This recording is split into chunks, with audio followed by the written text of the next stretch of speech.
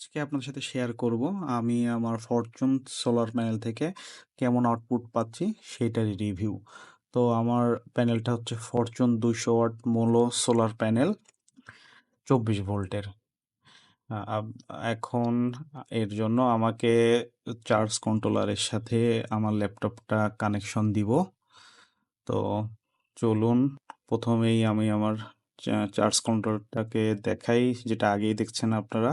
আমার চার্জ কন্ট্রোলারটা হচ্ছে EPEver solar charge controller.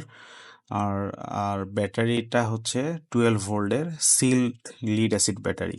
Charge controller battery দুইটা রিভিউ আমার চ্যানেলে আছে, আপনারা সার্চ দিলেই পেয়ে যাবেন।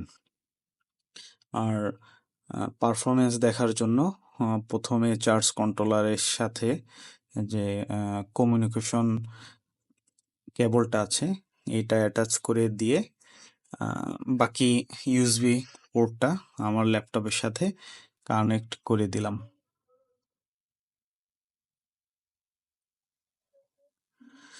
কানেক্ট করার পরে আমাদের চার্জ কন্ট্রোলের একটা অ্যাপ আছে যেটার নাম সোলার গার্ডিয়ান। তো সোলার গার্ডিয়ান অ্যাপের সাহায্যে আমরা ইপিএভার কন্ট্রোলারের যে পারফরমেন্স সেটা মনিটর করতে পারি। তো চলুন লগ ইন করা যাক। সোলার গার্ডিয়ান অ্যাপ ওপেন হলে আমি আমার কন্ট্রোলারটা সিলেক্ট করে দিলাম, আর যে প্যানেল সেটার আউটপুটটা অন করে দিলাম, এটা অফ ছিল। এখন দেখা যাক আমার কন্ট্রোলারে কোন কোন প্যারামিটার শো করে। দেখছেন যে সোলার প্যানেল থেকে আউটপুট আসতেছে।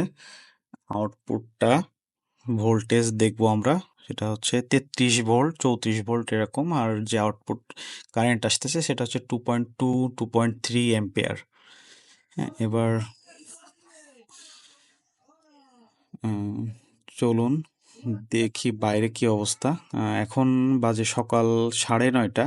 তো বাইরে তেমন রোদ নেই বললেই চলে, এমনি আকাশ মেঘলা, অল্প কিছু রোদ আসতেছে সকালবেলায়। আর আহ, এখন দেখে নেওয়া যাক যে কি কি আউটপুট আমরা দেখতে পাচ্ছি। এখন আমি আমার স্ক্রিন রেকর্ডিং সফটওয়্যারটা অন করব।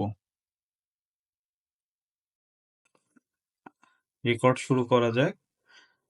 প্রথমে সোলার গার্ডিয়ান অ্যাপটা ওপেন করলাম এবং অ্যাপ থেকে আমার যে চার্জ কন্ট্রোলার ওটা সিলেক্ট করে দিলাম। এবার দেখে নেওয়া যাক।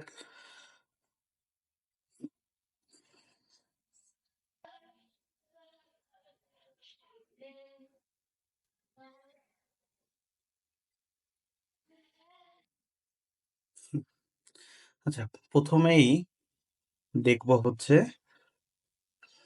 পিভি ইনফরমেশন, মানে সোলার প্যানেলের যে ইনফরমেশনটা। তো আগেই বলছি এখন সকাল 9:30, এখন রোদ্দুর নাই বললেই চলে। আর যে প্যানেল থেকে ভোল্টেজ আসতেছে 34 ভোল্টের মতো, আর কারেন্ট দেখতেছেন 2.75 অ্যাম্পিয়ার। আর 200 ওয়াট থেকে এখন আউটপুট পাচ্ছে 95 ওয়াটের মতো। হ্যাঁ, আর নেক্সট দেখবো ব্যাটারি ইনফরমেশনটা। ব্যাটারি 13.34 ভোল্ট, আর ব্যাটারিতে 7 অ্যাম্পিয়ারের মতো কারেন্ট সাপ্লাই হচ্ছে। আর এখন বুস্ট চার্জিং মোডে আছে, আর ব্যাটারি 86% চার্জ আছে ব্যাটারিতে। তো এখন সময় যত যাবে এই রোদ্দুর তত বাড়বে, এবং তার সাথে যে প্যানেলের আউটপুট ওইটাও বেশি হবে। হুম, তো একটা কথা বলে রাখা ভালো, অনেকেই বলেন যে সোলার প্যানেলের সাথে মোটা তার ইউজ করতে হবে, 6 RM, হ্যাঁ, 8 RM, ইত্যাদি ইত্যাদি। কিন্তু আপনারা দেখতেই পাচ্ছেন যে সোলার প্যানেল থেকে যে কারেন্টটা আসছে সেটা হচ্ছে অনলি 2.7 অ্যাম্পিয়ারের মতো।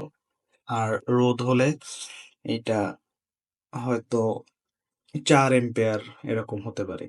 তো এইটার জন্য 6 RM, 4 RM ওয়্যার ইউজ করার কোনো দরকার দেখি না। অবশ্যই আপনার টাকা থাকলে নিতে পারেন, বাট 2.5 RM এর অরিজিনাল যে ফ্লেক্সিবল কেবল আছে ওইটা আপনারা ইউজ করতে পারেন, যদি প্যানেল থেকে কন্ট্রোলারের দূরত্ব খুব বেশি না হয়ে থাকে। হুম,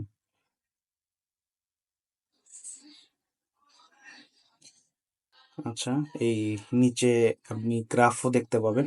গ্রাফে আমরা সময়ের সাথে সাথে কি পরিমাণ আউটপুট পাচ্ছি সেইটা দেখতে পাচ্ছি। আর আহ, আপনার মেজার করার সবথেকে ভালো সময় হলো দুপুরবেলা। দুপুরবেলা আসলে পুরা পাওয়ারটা কত পাচ্ছে এটা বোঝা যায়। আর এমনিতে আজকে মেঘাচ্ছন্ন দিন বলে আমরা আউটপুটটা একটু কম পাচ্ছি।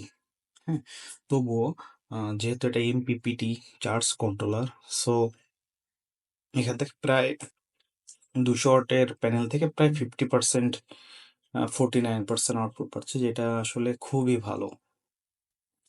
হ্যাঁ, কারণ এই দেখেন, আহ, যে ভোল্টেজ সেটা থেকে আউটপুট আসতেছে 2.75 এম্পিয়ার, অথচ ব্যাটারিতে আউটপুট যাচ্ছে 7.20 এম্পিয়ারের মতো। মানে এইটার থেকে এইটা প্রায় 3 গুণ। এমপিপিটি চার্জ কন্ট্রোলারের সব থেকে বড় সুবিধা এখানেই যে অল্প কারেন্টকে প্যানেলের এটা হচ্ছে আহ, অনেক বুস্ট করে কোথায় মানে প্রায় 3 গুণ আউটপুট দিচ্ছে। হ্যাঁ, আর এখানে দেখেন প্যানেল ভোল্টেজ 35, ব্যাটারি ভোল্টেজ 3/1 প্রায় 13। তো এখান থেকেও আমরা এমপিপিটি কন্ট্রোলারের যে সুবিধা সেটাও দেখলাম। আর সকালবেলার দিকে অল্প রোদে কেমন আউটপুট পাওয়া যায় সেটাও দেখলাম। সেটা হচ্ছে 50%-এর মতো আউটপুট পাওয়া যায়। এই আউটপুটটা অনেক ভালো। এর কারণ হচ্ছে আমার এমনি চার্জ আছে 87%। দুপুরের আগেই এটা ফুল চার্জ হয়ে যাবে ব্যাটারি। আর আজকের মতো এই পর্যন্তই ভিডিও থাকলো। আহ, সবাই ভালো থাকবেন, সুস্থ থাকবেন।